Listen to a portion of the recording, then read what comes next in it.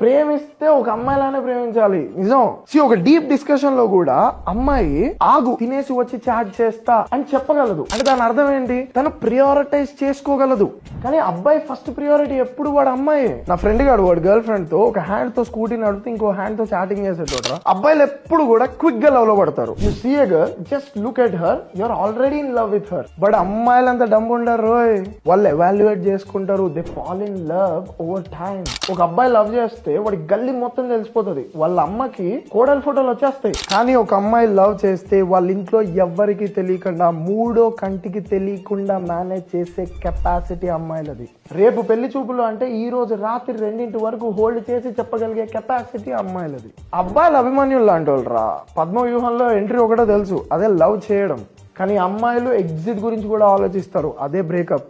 అమ్మాయిలకి ప్రాపర్ గా తెలుసు ఎలా బ్రేకప్ చెప్పాలో. అండ్ నేను ఎన్నో కేస్ స్టడీస్ అండ్ అమ్మాయిల పర్స్పెక్టివ్స్ విన్న తర్వాత ఈ రీల్ చేస్తున్నా. అండ్ ఓన్లీ ఇది one side of the coin. ఏదో అమ్మాయిలను అనాలని కాదు. అసలు నేను అమ్మాయిలని ఏం అనట్లేదురా, అమ్మాయిల్ని పొగుడుతున్నా. అబ్బాయిలకి చెప్తున్నా, లవ్ చేస్తే అమ్మాయిలానే చేయండి అని చెప్తున్నా. వాళ్ళ పేషెన్స్, వాళ్ళ మేనేజింగ్ స్కిల్స్, వాళ్ళ థాట్ ప్రాసెస్ ఇవన్నీ అబ్బాయిలు నేర్చుకోవాలి. సో లవ్ చేస్తే అమ్మాయిల దగ్గర కోచింగ్ తీసుకొని చెయ్యండి. అమ్మాయిలానే లవ్ చేయండి. అమ్మాయిలు మీరే కామెంట్ చేయాలి ఇవి నిజాలా కాదా అని. ఫ్యాక్ట్ చెక్ చేసుకుందాం. కామెంట్ చేయండి.